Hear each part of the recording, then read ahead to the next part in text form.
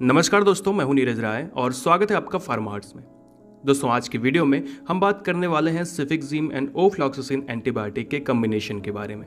दोस्तों, इस वीडियो में हम देखेंगे इसके ब्रांड्स के बारे में, इसके डिटेल्स, यूज क्या होते हैं, डोज क्या होती है। लास्ट में हम लोग बात करेंगे कि इसके कौन कौन से पॉसिबल साइड इफेक्ट हो सकते हैं। तो चलिए वीडियो की शुरुआत करते हैं। दोस्तों, सबसे पहले अगर हम सिफिक्जिम एंड ओफ्लॉक्सासिन एंटीबायोटिक्स की बात करें तो दोनों सेपरेटली भी एंटीबायोटिक्स होती हैं। कहने का मतलब सिफिक्जिम एज ए एंटीबायोटिक यूज होती है, ओफ्लॉक्सासिन भी एज अ एंटीबायोटिक यूज होती है। दोनों की डिटेल्स के बारे में अगर बात करें तो सिफिक्जिम एक प्रकार की थर्ड जनरेशन सिफेलोस्पोरिन एंटीबायोटिक होती है और इसका जो ज़्यादातर यूज किया जाता है वो ग्राम नेगेटिव बैक्टीरिया इन्फेक्शन में किया जाता है और इसका जो काम होता है वो एज अ ये बैक्टीरिया को किल करती है। दूसरी बात, हम इसको तब ज़्यादा यूज करते हैं ऐसे पेशेंट में जिसमें पेनिसिलिन रेजिस्टेंट देखने को मिलता है। कहने का मतलब जिसमें पेनिसिलिन सही से काम नहीं कर पाती है, वहां पर हम लोग सिफिक्जिम का यूज करते हैं। वहीं पर ओफ्लॉक्सासिन फर्स्ट जनरेशन की क्लोरोक्विन मेडिसिन होती है जिसका जो यूज होता है वो एज अ बैक्टीरियोस्टैटिक किया जाता है। कहने का मतलब ये बैक्टीरिया के ग्रोथ को रोकती है और उसमें रिपेयर नहीं होने देती। और ओफ्लॉक्सासिन मेडिसिन ऐसी मेडिसिन होती हैं जो कि प्रेगनेंसी में नहीं दी जा सकती हैं। तो कहने का मतलब इस तरह से अगर हम बात करें तो सिफिक्जिम और ओफ्लॉक्सासिन का कॉम्बिनेशन भी प्रेगनेंसी में नहीं दिया जा सकता है क्योंकि यहां पे ओफ्लॉक्सासिन मौजूद है। दोस्तों, ये तो कुछ बातें हो गई कि आखिर सिफिक्जिम और ओफ्लॉक्सासिन होती क्या है। अब यहीं पर अगर हम लोग ब्रांड्स की बात करें तो ये कई ब्रांड्स में आती है जो कि आपके एरिया और आपके डॉक्टर के अनुसार बदला जा सकता है।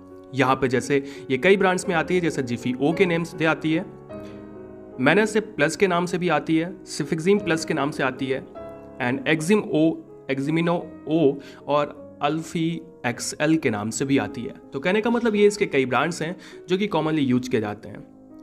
तो आप इसे कोई भी ब्रांड ले सकते हैं, सारी मेडिसिन एक जैसी होती है। अगर इसके स्ट्रेंथ की बात करें तो ये मेडिसिन का जो कॉम्बिनेशन होता है वो 100 mg में और 200 mg में आता है। 100 mg का कॉम्बिनेशन ज़्यादातर बच्चों में यूज किया जाता है और 200 mg का जो कॉम्बिनेशन होता है वो ज़्यादातर एडल्ट में यूज किया जाता है। कहने का मतलब दोनों की मात्रा बराबर होती है। सिफिक्जिम एंड ओफ्लॉक्सासिन के जो कॉम्बिनेशन होते हैं उनमें दोनों या तो 100 mg के होंगे या तो दोनों 200 mg के होंगे। ज़्यादातर जो यूज़ होती है वो यही मेडिसिन होती हैं।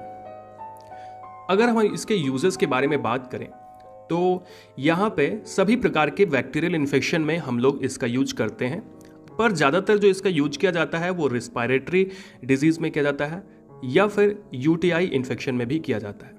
तो अभी हम बात करें अगर डिटेल में थोड़ा सा यूज के बारे में, तो जो रिस्पायरेटरी डिजीज़ होती है उसमें न्यूमोनिया में हम लोग और ब्रोंकाइटिस में इसका ज़्यादातर यूज करते हैं।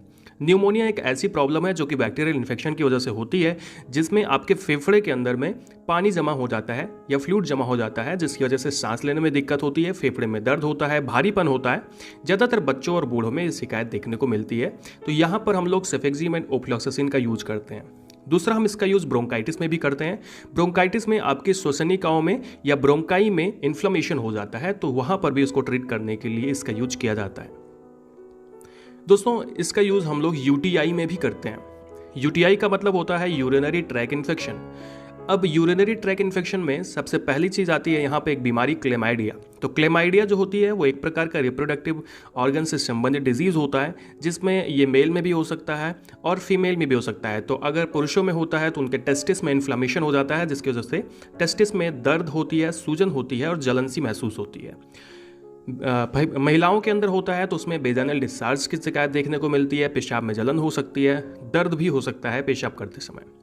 तो ये सारी समस्या होती है। इसी तरह से इसका यूज़ हम लोग गोनोरिया में भी करते हैं और पेल्विक इन्फ्लेमेशन में भी करते हैं। पेल्विक इन्फ्लेमेशन एक ऐसा इन्फ्लेमेशन होता है जिसमें महिलाओं में ज़्यादातर देखने को मिलता है और कमर के नीचे दर्द होता है, पेशाब करने में जलन होती है। महिलाओं में सर्वाइटिस में भी इसका यूज किया जाता है। तो ये तो था कुछ यूज़। इसी के साथ हम लोग टाइफाइड में भी इसका यूज करते हैं। टाइफाइड भी एक बैक्टीरियल इन्फेक्शन है जहाँ पर हम लोग सिफिक्जिम एंड ओफ्लॉक्सासिन का यूज करते हैं। दोस्तों, इसी के साथ साथ में हम लोग ईएनटी, कहने का मतलब ear, nose and throat infection में भी इसका यूज करते हैं। आई इन्फेक्शन में यूज किया जाता है और बोन के जॉइंट्स के कुछ इन्फेक्शन में लाइक आर्थराइटिस में भी कभी कभी इसका यूज किया जाता है। पर आर्थराइटिस अगर बैक्टीरियल इन्फेक्शन की वजह से हुआ है तभी हम लोग इसका यूज करते हैं। तो ये थे कुछ यूजेस जो कि हमने डिटेल्स में आपको बताए हैं। अभी हम लोग बात कर लेते हैं इसकी डोज की, आखिर इसकी कितनी डोज लेनी चाहिए। तो जैसा कि मैंने आपको बताया, इसका दो कॉम्बिनेशन आता है, एक 100 mg का और एक 200 mg का।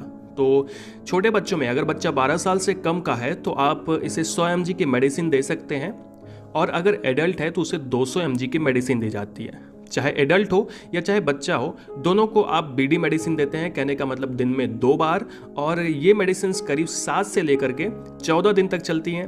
अगर इन्फेक्शन बहुत ज़्यादा है तो इसकी डोज बढ़ाई भी जा सकती है, कहने का मतलब इसे और ज़्यादा दिन तक दिया जा सकता है।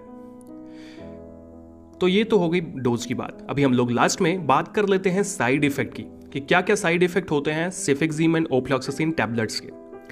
दोस्तों, हर टैबलेट्स की तरह, हर मेडिसिन की तरह इसके भी कुछ बहुत बड़े साइड इफेक्ट होते हैं। जैसे ये मेडिसिन अगर आप ज़्यादा लेते हैं या फिर अगर आपको ये सूट नहीं करती है, तब उस कंडीशन में आपको गैस्ट्रिक इम्पेयरमेंट हो सकता है। आपको पेट से संबंधित प्रॉब्लम्स हो सकती हैं, जैसे पेट में दर्द हो सकता है, गैस हो सकती है, जलन भी हो सकती है, स्टूल का रंग काला भी हो सकता है, डायरिया की शिकायत देखने को मिल सकती है, नौजिया हो सकती है, वोमिटिंग की शिकायत देखने को मिल सकती है, हेडेक मतलब सर दर्द हो सकता है, अर्टिकेरिया की शिकायत भी देखने को मिलती है। अर्टिकेरिया का मतलब होता है कि आपके शरीर पे इचिंग हो सकती है, खजुलाहट हो सकती है, और डिजीनेस, चक्कर आना, सुस्ती आना, ये सारी शिकायत भी देखने को कभी कभी मिल सकती है। तो ये थे साइड इफेक्ट। अगर आपको इससे ज़्यादा या फिर ऐसे साइड इफेक्ट दिखते हैं तो आपने जहाँ से दवा ली है अपने डॉक्टर से ज़रूर संपर्क करें, और अगर आप दवा ले रहे हैं तो दवा को बंद कर दें। तो दोस्तों, ये था आज का वीडियो जिसमें हमने बात करा सेफेक्सिम एंड ओफ्लॉक्सासिन एंटीबायोटिक्स के बारे में थोड़ा सा डिटेल में। वीडियो आपको कैसा लगा? वीडियो आपको अच्छा लगा हो, इन्फॉर्मेटिव लगा हो, तो चैनल को सब्सक्राइब कर दीजिएगा। अगर चैनल को सब्सक्राइब कर दिया है तो बहुत बहुत धन्यवाद।